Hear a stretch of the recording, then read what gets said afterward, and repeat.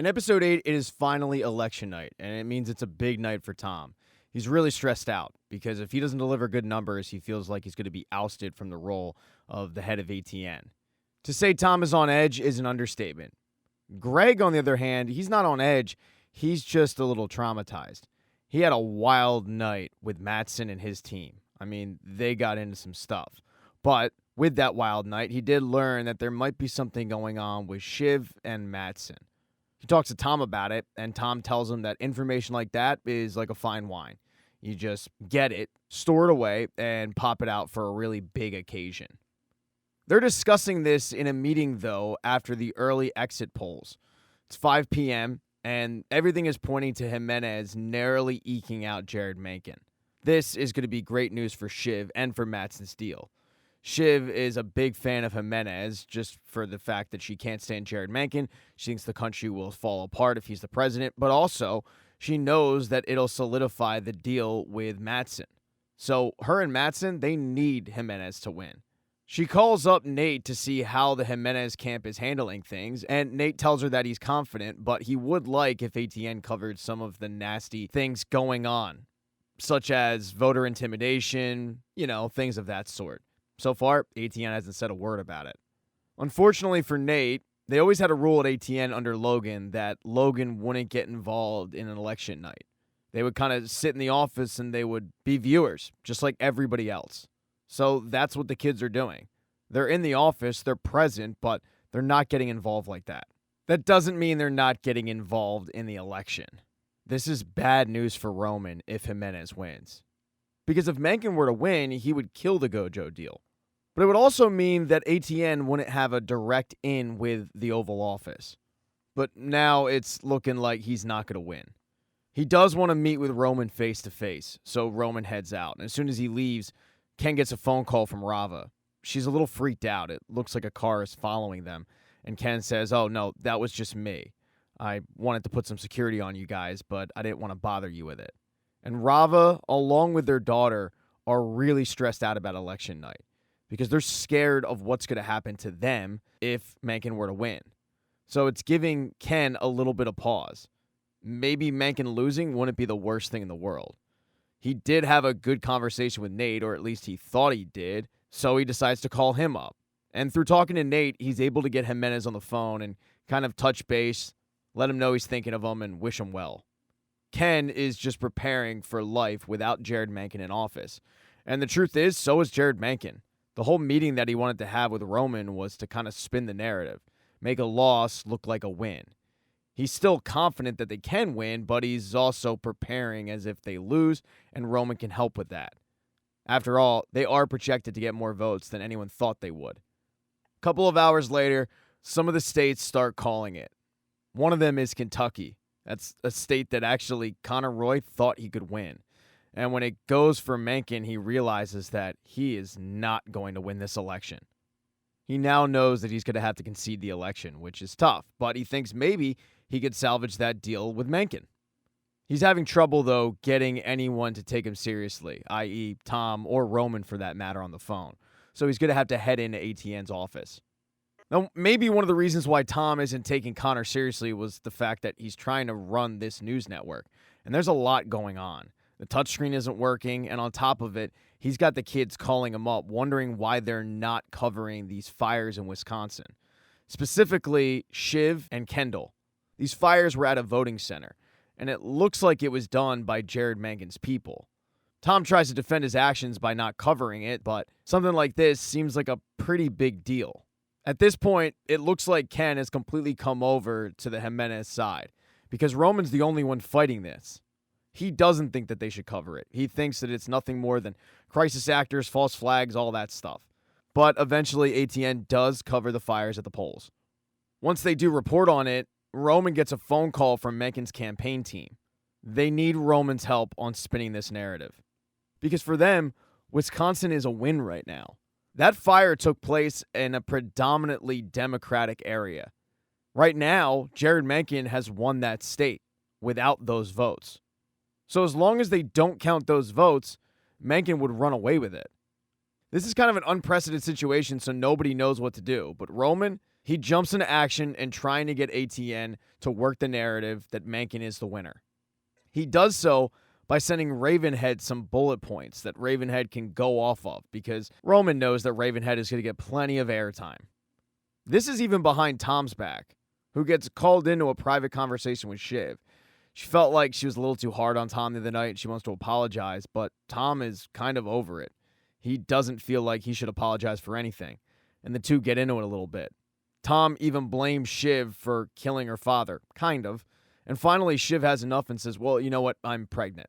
It's yours. It's never an easy time to tell you this, but yep, I'm pregnant.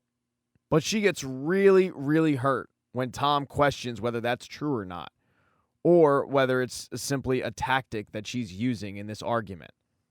She actually walks out of the office, goes and finds her brother and says, yeah, I'm just going to tell you right now, Tom, you can't trust him. So it seems like Tom's bed has been made, that after the election, he's going to be out. Fast forward to 11 p.m., and there's still no real clear word on what to do with these Milwaukee votes. Shiv's found out that under state law, they can't certify it. These were votes that weren't cast. But then Roman flies in the office and says, Menken's team is calling it. They have the votes, so we should call it. It sparks a pretty big debate in the room whether or not ATN should call the state of Wisconsin for Jared Menken or not. They get their voting expert to come in, and he says, yes, as of right now, if we were to call it, Menken would be the winner because the votes that have been cast are for Menken. But those votes that got burnt up, it would likely go to Jimenez. I mean, yeah, we don't know for 100% certainty, but we do know based on voter history. That's a real big Democratic area. So it would be too close to call.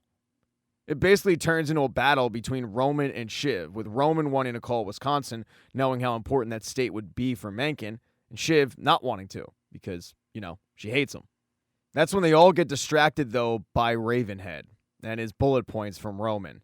Shiv especially gets so annoyed. She knows where this is coming from, and she confronts Roman about it, telling him that what he just did was bullshit. She then gets a phone call from Lucas Matson, who wants to know what the hell's going on, because it looks like things have taken a turn in the last few hours, and Shiv reassures him that everything will be okay. Although she has no idea whether it'll be okay or not.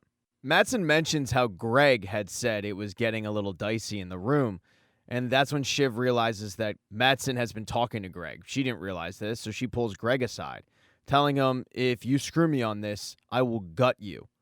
Greg tries to ask what's in it for him to keep his silence, but Shiv doesn't offer anything, just telling him his well-being is in it for him. Upstairs, though, Roman gets word from Menken's campaign team that if they were to win, 100% they would kill the Gojo deal. He relays this to Kendall. He then rushes to go find Tom and tell Tom to tell the news team that Wisconsin is for Menken. There is some pushback on this from Darwin, their voting expert. He doesn't want to do this because if it comes out later on that those votes that burnt up went for Jimenez and Jimenez actually won the state, it's a really bad look. And it's also a legal thing too. We're talking possible sanctions, federal court, that sort of thing. They end up coming to an agreement that they would call it for Menken, but there would be a graphic that would air that says pending. One of the reasons why Roman is pushing so hard for this, knowing full well that maybe it blows up later, is the fact that if they do end up calling Wisconsin for Menken, Menken can use it in court. That a reputable news source like ATN called it for him. It doesn't matter that the votes actually weren't cast, and it doesn't matter that he didn't win. It's the fact that ATN called it for him, and he can use it as ammunition. So that's why Roman really, really wants them to push for this. With the agreement that they would use a graphic, Darwin seems to be in. Then, though, he gets wasabi in his eye and he can't go on camera. Since he can't go on camera, Roman pushes Tom to push the news team that Wisconsin is gone for Menken, no disclaimer. Right before they call Wisconsin for Menken, Connor shows up in person. He asks Roman to call up Menken's team and ask if a possible spot were to still be open for him. This were to be if Connor concedes the election and says that Menken were to be the winner. And to Roman's surprise, yeah, there is a spot. The ambassador to Slovenia. It's good enough for Connor. So, a little while after Wisconsin goes for Menken, he gets up and tells all of his con heads that he's getting word that Jared Menken will be the next president. Once again, more ammunition that Menken can use. A little while later, Darwin gets word that Arizona is going to go for Menken. If this were to be the case, then that would mean Menken were to win the election. Now, normally they would just go and they'd report it. But this is per ATN. No other news source is going to report that Jared Menken were to be president. ATN would have to, though, because they've already declared that Wisconsin were to go for Menken. And that gives Darwin a little bit of pause. He doesn't want to rush this thing. Roman, however, certainly does. Kendall asks for a minute alone with Roman, and he starts discussing this. He's had a lot of second thoughts about going with Jared Menken's team. He doesn't want to do it. He knows that Menken's a scumbag, and he's been doing a lot of soul-searching since talking to Rava. Roman, however, makes a really good pitch that they're going to have a guy in the White House that will answer their calls. Kendall, though, still doesn't know what to do, and he goes and talks to Shiv. He admits to Shiv that part of his hesitation of putting Menken in the office is the fact that he's kind of jealous of Roman and Menken's relationship. The fact that Menken never wants to meet with him, it's only Roman. But then there's also the other stuff. And Shiv begs him not to make this announcement. He then asks her, can you go and talk to Nate? Find out if Jimenez's campaign can give us something in reassurance that they will kill the Gojo deal. This puts Shiv in a little bit of a bind, but she fakes it. She goes into another room that Kendall can see, and she pretends to make a phone call. And when she comes out of it, she tells both Roman and Kendall that, yeah, she feels like there's something there. She, however, is really sketchy about it and doesn't give nearly the assurances that Kendall is giving per Menken's team. Because it's still up in the air, Kendall says, you know what, I'll call Nate. And even though Shiv tries to stop him, Kendall does it anyway. And what he finds is the fact that his sister had lied to him. He then sees Greg and he walks over to him and says, hey, do you know anything that's going on? And because of the fact that Shiv refused to make assurances to Greg, Greg rats her out and says, oh yeah, I know what's going on. Your sister is in bed with Lucas Matson, figuratively, not literally. This turns everything on a dime. When Kendall walks back in, he tells Roman and the entire room that Shiv has been lying to them, and that Shiv is really wanting to go with Lucas Matson. She wants to push the Gojo deal, not kill it. Shiv tries to backpedal like crazy, tries to plead her case, but it's done. Because of this revelation, Kendall is back on Team Menken. She's outnumbered 2-1, and they inform Tom to call the election for Menken. Menken is able to get up in front of his campaign team and declare victory. Now, if there is a battle in court, he'll at least have that. Darwin does want to go on camera and talk about the caveats to Menken winning, but Tom doesn't allow it. And on other news organizations, Tom is getting scorched because they feel like Tom rushed this announcement because ATN is, after all, in bed with Menken and his team. As she walks out of ATN's office, Shiv calls up Matson and tells him that the next day they're going to drop Matson's fudgy numbers and she'll have some talking points on how to walk it back. It's basically just a news dump. But she does vow to screw both of her brothers over on this, that the deal will still go through and she'll make sure of it. Thank you so much for checking out this recap. Please consider subscribing to the channel and subscribing to my Patreon. Hit thumbs up if you liked it. Smash that thumbs down button if you thought it sucked. If you left a comment, I don't get back to you. I usually don't check the comments unless they're like a super comment. Also, if you don't see the next video up on the end screen, not to worry. It'll be up in a day or two.